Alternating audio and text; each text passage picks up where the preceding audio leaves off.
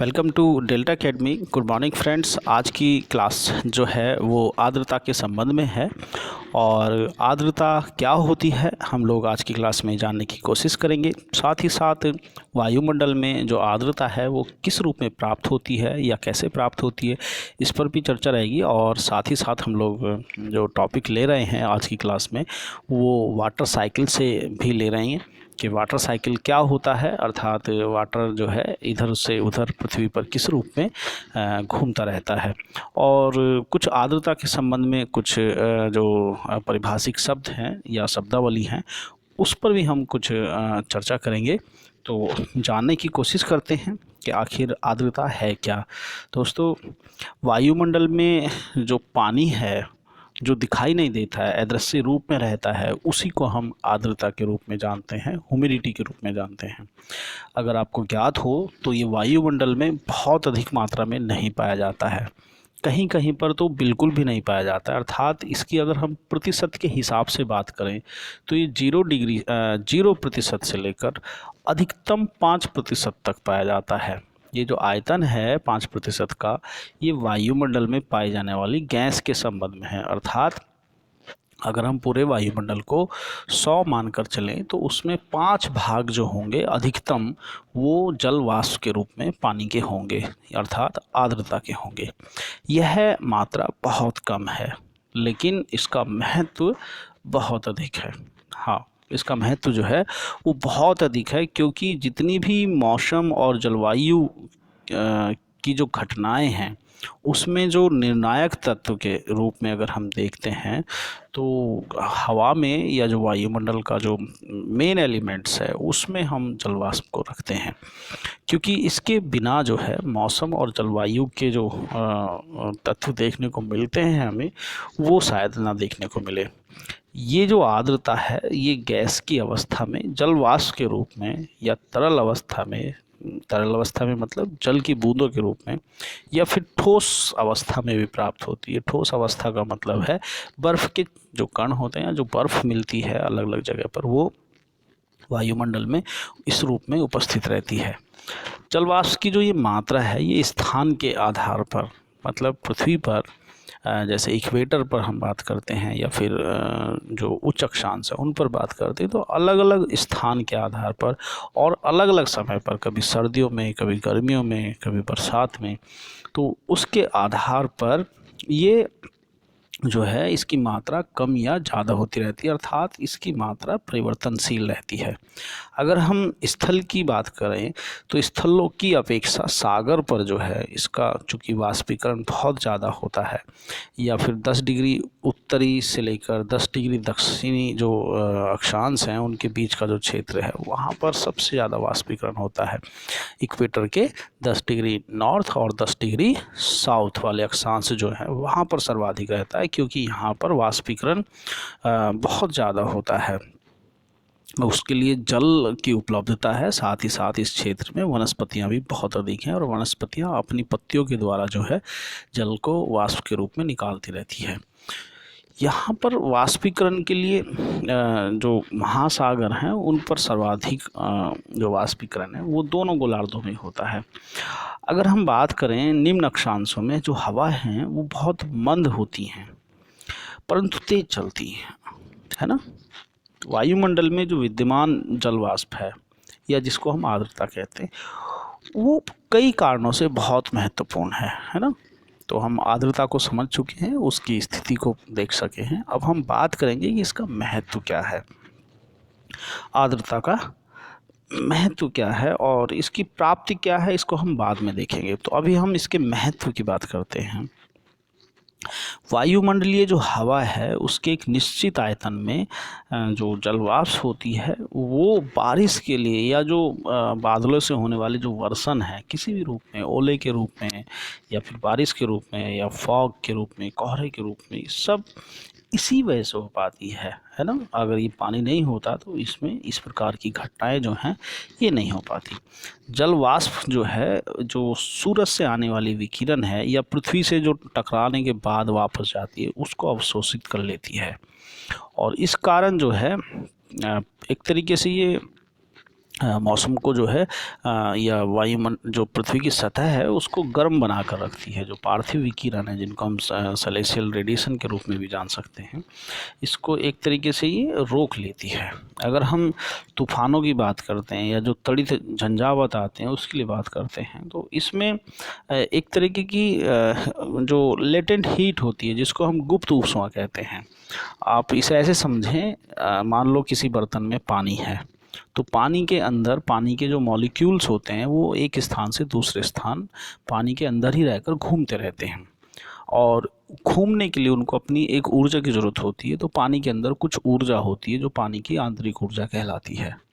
लेकिन अगर हम उसको गर्म करने लगे, बाहर से कोई ऊर्जा देने लगे, गर्म करने का मतलब बाहर से ऊर्जा देने लगे, तो ये जो आंतरिक ऊर्जा है पानी की वो बढ़ जाती है, अर्थात उसके जो मॉलिक्यूल्स हैं उसकी गति बढ़ जाती है। कई बार अणुओं की गति इतनी तेज़ हो जाती है कि वो अपने सरफेस को छोड़ करके, जो पानी का सरफेस है उसका तल है उसी को छोड़ करके वो ऊपर उठ जाते हैं। इसी को वाष्प कहते हैं। जब ये वाष्प ऊपर जाती है तो आपको ज्ञात होगा कि जो पानी के अंदर मॉलिक्यूल्स हैं उनकी ऊर्जा और जो वाष्प के रूप में मॉलिक्यूल्स हैं पानी के उनकी ऊर्जा की अगर हम तुलना करेंगे, तो जो वाष्प के रूप में पानी की कण है या मॉलिक्यूल्स हैं उनकी ऊर्जा अधिक होती है, और वो जो अधिक मात्रा है वही गुप्त ऊष्मा के रूप में जानी जाती है।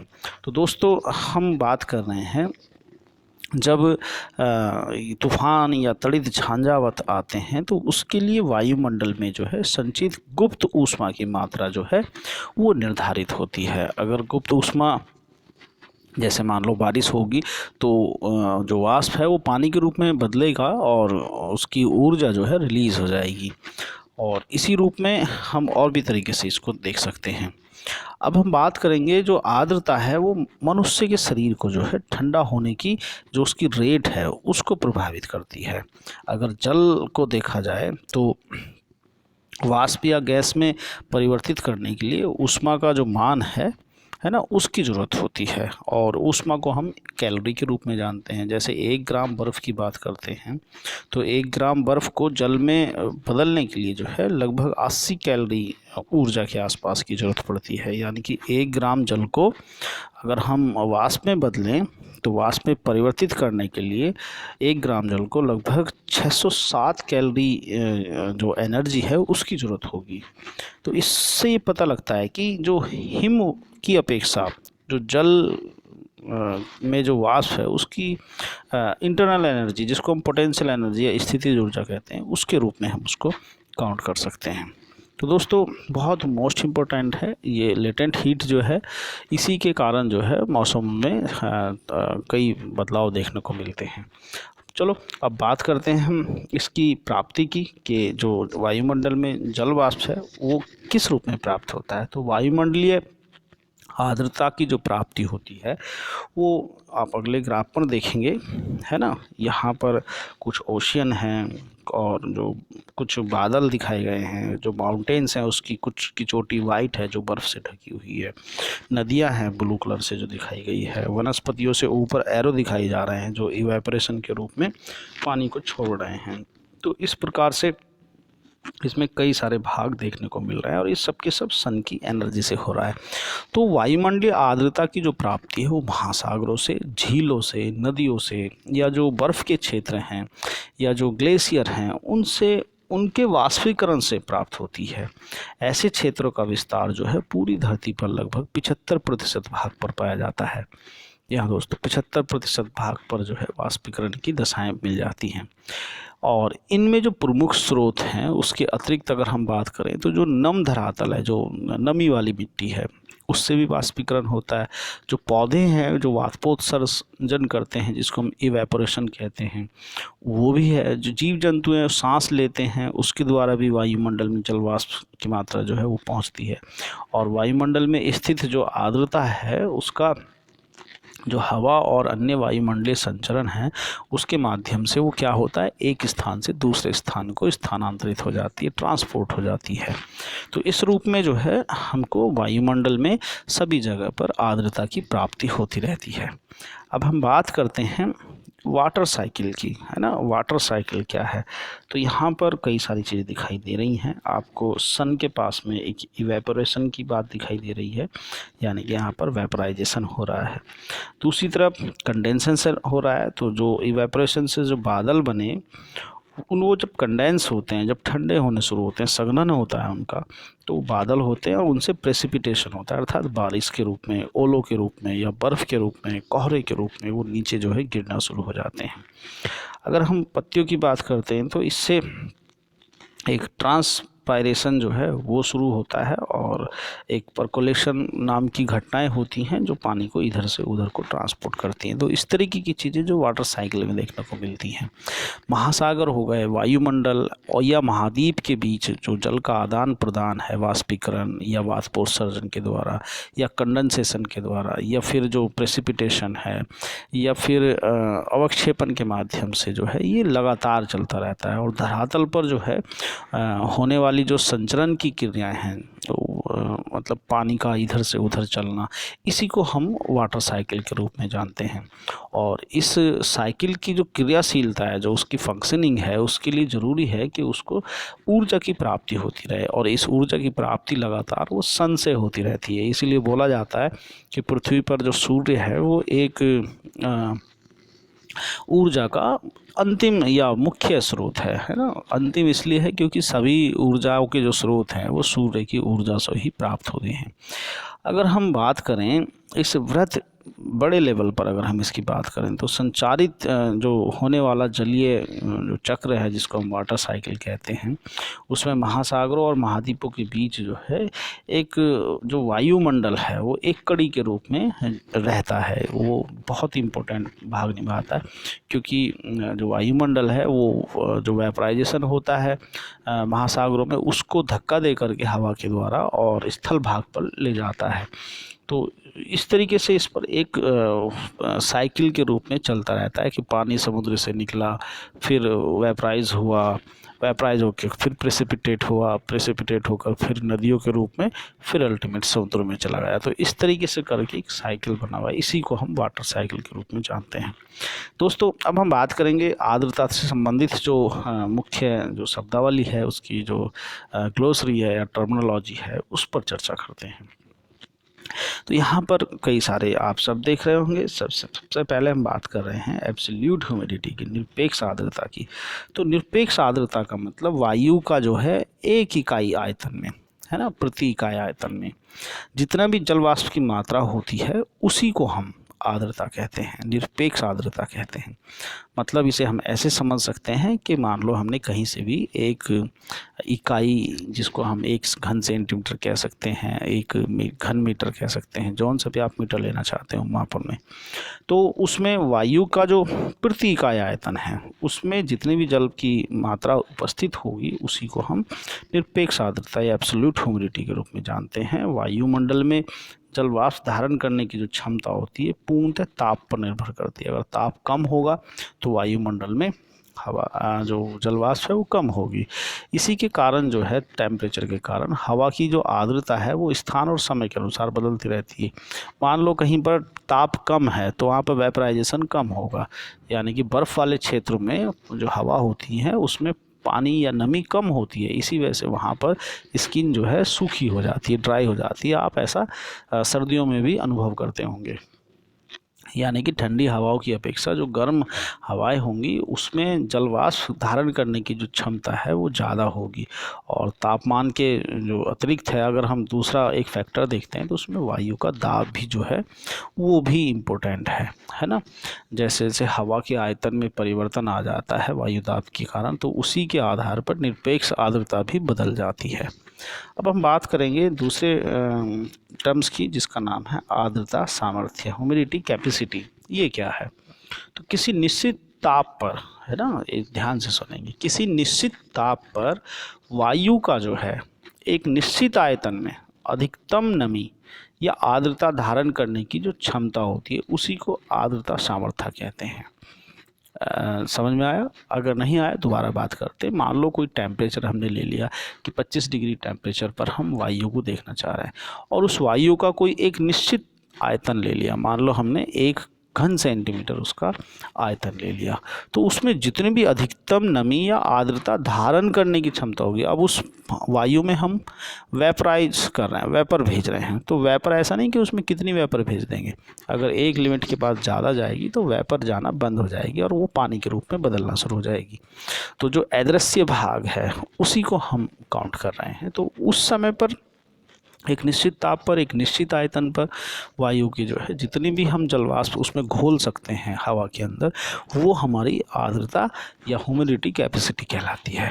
अब हम बात करेंगे विशिष्ट आर्द्रता की। विशिष्ट आर्द्रता जो है हवा का प्रति इकाई भार में, है ना, मतलब हमने भार ले लिया, पहला आयतन ले रहे थे, भार की बात कर रहे हैं, 1 kg ले लिया, 1 ग्राम ले लिया, इस टाइप से करके, है ना। तो प्रति इकाई, है ना, पर यूनिट वेट में बात कर रहे हैं। तो जलवाष्प का जो भार होगा उसमें हमने भार निकाल लिया, उसका जो अनुपात होता है उसी को हम इसके रूप में जानते हैं, यानी कि विशिष्ट आर्द्रता के रूप में जानते हैं। और इसे भार की इकाई ग्राम या फिर किलोग्राम में मापे जाने के कारण इस पर पड़ने वाला जो तापमान और वायु दाब है उसके प्रभाव को हम कैलकुलेट नहीं करते हैं, है ना। अब हम बात करते हैं सापेक्ष आर्द्रता, रिलेटिव ह्यूमिडिटी। रिलेटिव मतलब किसी बात को समझाने के लिए किसी दूसरी चीज़ को लिया जाता है, उसी को रिलेटिव वर्ड यूज़ करते हैं। तो यहाँ पर सापेक्ष आर्द्रता भी ऐसी है। ये एक निश्चित तापमान पर निश्चित आयतन वाली जो वायु होती है उसकी आर्द्रता सामर्थ्य और उसमें जो विद्यमान वास्तविक आर्द्रता है उसके अनुपात को जब हम निकालते हैं तो उससे सापेक्ष आर्द्रता प्राप्त होती है। और वायु के सापेक्ष आर्द्रता वाष्पीकरण की मात्रा और उसकी दर का भी जो है वो निर्धारण कर देती है, इसलिए एक इम्पोर्टेंट फैक्टर के रूप में जो है जानी जाती है रिलेटिव ह्यूमिडिटी। दोस्तों अब हम सैचुरेटेड एयर की बात करेंगे। सैचुरेटेड का मतलब होता है संतृप्त। संतृप्त मतलब उसके बाद कुछ नहीं, है ना। अगर आप एक पानी लें, पानी में नमक या चीनी घोलना शुरू करें तो एक पहली चम्मच जो है वो जल्दी से घुल जाएगी, फिर दूसरी लेंगे तो थोड़ा टाइम लगाएगी, तीसरा फिर और टाइम लगाएगी, और फिर लास्ट में एक कंडीशन ऐसी आएगी कि अब उसके अंदर चीनी नहीं घुलेगी। तो चीनी को अगर और ज़्यादा घुलना होगा तो उसको गर्म करना पड़ेगा, उसका ताप बढ़ाना पड़ेगा। इसी तरीके से संतृप्त वायु, तो संतृप्त वायु का संबंध जो है यहाँ पर जल की मात्रा का वायु में मिलाने से है ना, और उसके बाद उसमें कोई पानी मिलेगा नहीं, तो ये वायु जो है संतृप्त वायु कहलाती है। आप लोग बरसात के समय पर देखते होंगे जो अलग अलग चीज़ें हैं, जैसे आप ठंडी बोतल निकालते हैं पानी की तो उसके चारों तरफ पानी की बूंदें आ जाती हैं, या फिर किसी नल से जब लगातार पानी निकल रहा होता है तो उसकी जो लोहे की नाल है, पाइप, वो पूरा का पूरा जो है भीग जाता है। तो इस प्रकार जो है संतृप्त वायु कहलाती है। बरसात में सभी चीज़ें गीली गीली सी लगती हैं, उसके पीछे भी कारण है क्योंकि सैचुरेटेड एयर है। तो इसे हम ऐसे समझेंगे कि जब हवा किसी तापमान पर अपनी आर्द्रता सामर्थ्य के बराबर, जितना उसकी सामर्थ्य थी, उसको ग्रहण कर लेती है तब उसे संतृप्त वायु कहेंगे, है ना। इसका मतलब संतृप्त हवा की सापेक्ष आर्द्रता जो है कितनी होनी चाहिए, 100% होनी चाहिए। तो इसको इस तरीके से समझ सकते हैं। अब हम बात करेंगे ओशांक, यानी कि ड्यू पॉइंट क्या है। ये एक ऐसा मिनिमम टेम्परेचर है जिस पर जो संतृप्त हवा है वो प्राप्त हो जाए हमें, है ना। तो उसे, उस हवा का जो है ड्यू पॉइंट कहेंगे। एक कम से कम वह ताप जिस पर कोई हवा जो है वो कैसी हो जाए, संतृप्त हो जाए, सैचुरेटेड हो जाए, तो उसको हम ड्यू पॉइंट या ओशांक के रूप में जानते हैं। और अगर हम बात करते हैं सामान्य ताप पतन की दर की, तो इसमें 165 मीटर जब ऊपर चलेंगे हम तो 1 डिग्री सेंटीग्रेड की कमी प्रतीत होती रहती है। इसी को हम सामान्य ताप पतन दर के रूप में जानते हैं।